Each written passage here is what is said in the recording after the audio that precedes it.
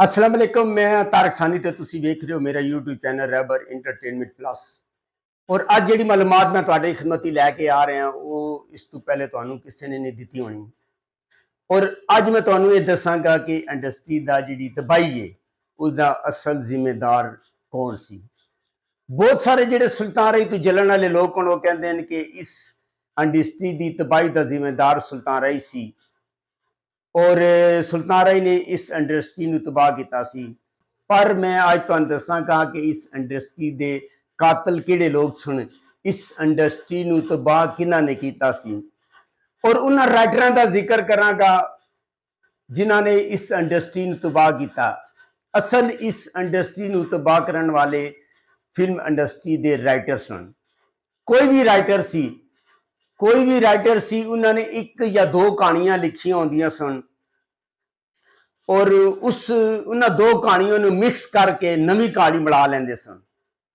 और जिहड़ा आने वाला प्रोड्यूसर सी उसनू वो बेवकूफ बनाते सी। प्रोड्यूसर नू पता नहीं होंदा सी और वो सरमायाकारी करांदे सी।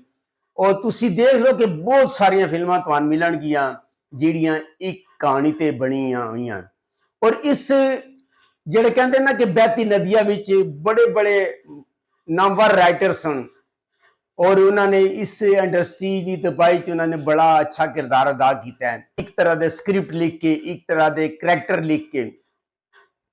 और मैं असल गल की तरफ हुण आ रहा। असल गल मैं तुहानू दसांगा कि यह गल मैं तुहाडे नाल क्यों कर रहा। साडे मुल्क के बहुत मशहूर राइटर हैं जिन्हां दा नाम नासिर अदीब है। नासिर अदीब ने बहुत सारिया फिल्मां लिखियां और बड़ियां अच्छिया अच्छिया फिल्मां लिखियां। और नासिर अदीब साहब भी उन्होंने भी एक दो स्क्रिप्ट लिखे होंगे सन और उन्होंने नाम बदल के वो ए स्क्रिप्ट अगे लैके आते सन। मैं जिस पॉइंट की तरफ तुहाडी तवज्जो करना चाह रहा हाँ, मैं यूट्यूब पे सर्च कर रहा सा कि इस फिल्म का तारफ किया जाए तो मेरे सामने एक फिल्म आई जिसका नाम सी एक शरीफ ते 100 बदमाश। एक शरीफ तो उस फिल्म के ऐसी मुस्तफा कुरैशी, लेकिन पूरी फिल्म के अंदर मैनू 100 बदमाश किधरे भी नजर नहीं आए। पर जो यह फिल्म मैं देखनी शुरू की, मैं पूरी फिल्म वेखी, उसके अंदर जिहड़ियां मैन चीज़ां सन, अहम चीज़ां सन, वो मैं नोट कीतियां ते मैं अपना रिव्यू तैयार किया और अपना रिव्यू जिहड़ा ना अपलोड कर दिता। फिल्म का तारफ मुकम्मल पेश कर दिता।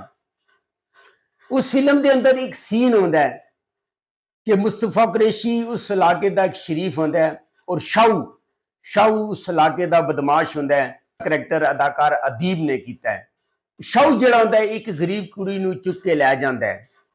पुलिस काफ़ी कोशिश करती, शाहू जिहड़ा होता उस चीज़ नूं मनदा नहीं कि वो कुड़ी उहदे कोल है। पुलिस उस पर दबाव पाती है लेकिन वो इस चीज़ तो इनकारी होता है। और यह जिहड़ा सीन है, यह सीन फिल्म के 21 मिनट यानी कि 20 मिनट के बाद यह फिल्म का सीन शुरू होएगा और तकरीबन 25-26 मिनट तक रहिंदा। तुसीं यह सीन वेखना है। और एक शरीफ 100 बदमाश फिल्म यूट्यूब पर मौजूद है। और एक शरीफ 100 बदमाश के हिदायतकार S.A. बुखारी सन। तुसीं यह फिल्म वेखनी है, तुहानू सीन आएगा। और जदों शाहू बदमाश इस चीज़ तो इनकारी होता है कि वो कुड़ी मेरे को नहीं है, तो जिहड़ा मुस्तफा कुरैशी होंदा है जाता है और जाके शाहू की भैन नूं चुक के ले आंदा है। उन्हें भैन नहीं चुकी होंदी, वो तासर देंदा है कि मैं तेरी भैन चुक के ले आया। और शाहू नूं पैगाम भेजदा है कि अगर तू उस कुड़ी नूं लैके ना आया तो मैं तेरी भैन का बुरा अशर करांगा। बहरहाल शाहू डर जाता है और वो उस कुड़ी नूं लैके थाने पेश हो जाता है। तो जदों वो मुस्तफा कुरैशी को शाहू उहदे कोलों पुछदा है कि मेरी भैन कित्थे वे, तो वो ये कहता है कि जिहड़ी इज्जत वाले होंदे वो दूए दी धी भैन नहीं चुकते, तेरी भैन इज्जत के नाल तेरे घर च है। मैनू पता सी कि तू अपनी भैन नूं घर च जाके वेखेगा नहीं, मेरे पीछे भजना है। इस वास्ते मैं तेनू ये धमकी लाई सी। बहरहाल मैं तेरी भैन नूं नहीं चुकिया। जदों मैं बुढ़े दी धी वापस ले आया वा, तू मेरी भैन क्यों नहीं ले आया? ओए धीयां ते भैणां थाने चांदियां चंगियां नहीं।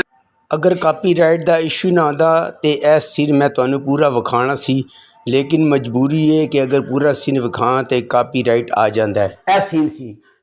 और कुछ दिनों बाद मैं मंगा फिल्म वेख रहा सी। मंगा सुल्तान राय की फिल्म है और यह फिल्म 10 अगस्त 1990 रिलीज हुई सी। इस फिल्म के अदाकार सन सुल्तान राय, इज़हार काजी और बहार। इस फिल्म के अदाकार मसूद भट्ट सन और इस फिल्म का जो एक सीन आता है और यह सीन 1 घंटे ते तकरीबन 18 मिनट तो बाद आएगा कि इज़हार काजी जिहड़ा आंदा है वो सुल्तान राय दी मां बहार बेगम नूं थाने लै जांदा है और उहदे जाके बंद कर दिंदा है और सुल्तान राय नूं कहंदा है कि तू थाने पेश हो जा वरना मैं तेरी मां दा बुरा असर करांगा। इत्थे सुल्तान राय ओहदी भैन नूं चुक के लै जांदा है, वो शो ही करदा है चुक के ले आया और हालांकि चुक के नहीं लिया लेकिन उन्होंने पैगाम देता कि मैं चुक के ले आया, मेरी मां नूं रिहा ना कीता, तेरी मां दा बुरा असर करांगा। इज़हार काजी उस मां नूं लैके बहार बेगम नूं उस मुकाम ते आ जांदा है जिथे उन्हां दा तय होंदा है और ओहदी मां ओहदे हवाले करदा है और उन्होंने कहंदा कि मेरी मां दे बारे दस। वो सुल्तान राय उन्होंने वही जवाब दिंदा है जिहड़ा मुस्तफा कुरैशी ने दिता सी कि इस तरह ले किसी दी धी भैन नूं नहीं चुकदे। मेरी मां तेरे घर डिप्टी, मैं तेरी तरह कमजोर नहीं कि मैदान जितने लिए मावा चुक लवा। ठीक है, और देख लो कि ए सीन 11 साल बाद नासिर अदीब